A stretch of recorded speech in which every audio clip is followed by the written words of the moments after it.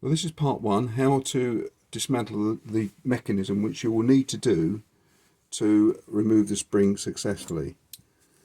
The reason being, this strap can get in the way in the removal of this spring, so we've got to get that out of the way, and the only way to do that is to actually dismantle the lock. Before I go any further though, I would like to show you the locking mechanism. This at the moment is in the door open position, and that is in the door closed position. Door open, door closed. The door open position means that the spring isn't actually under any tension.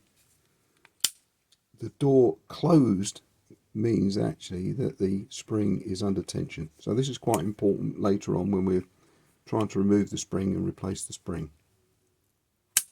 To dismantle the lock, we need to remove the roll pin. The roll pin is under the strap here in the center of the lock.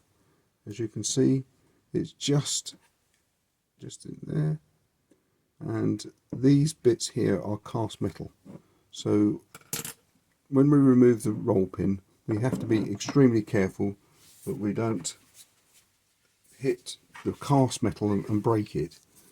But the roll pin will just tap out nice and gently. I use a pop rivet which is just under 3mm thick, so anything about 3mm will be perfect, and just secure the lock to make sure it doesn't fly off across the bench, and then just gently tap the roll pin, keep tapping gently, and it will drop out the other side like so. And there is the roll pin. Straightforward. We'll pop it in a little container so that we don't lose it, and then we can remove the door barrel, the lock barrel.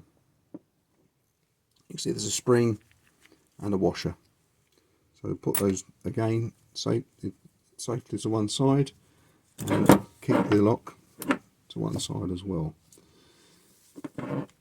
To remove the strap, we still need to remove that cast piece of metal which is in there, which sits inside the lock. There we are. So when I pull that out, there's like a little latch there, which is just about there. So if you can just move the strap round, it will move it round, and you can it just eases out. It's not what we call an interference fit. It's quite loose in there. Okay. Again, put that to one side for safety, and the last bit inside the lock, there is a washer which is shaped, so we need to remove that washer, which comes out like so. You can see that it's got a bit of a shape to it, so it's got these little indentations, and it sits that way down because inside here we have little recesses where those little dents sit. Okay, and there's also this here which is a cutout, or is for the cutout on the cast bit of metal that sits in the middle of the lock. Okay, now we've got those out, we can remove the strap, which is what we want to do. So the strap, as you see, is just loose. It's not fixed in other than the back. You've got a little pin that sits there, and it just comes off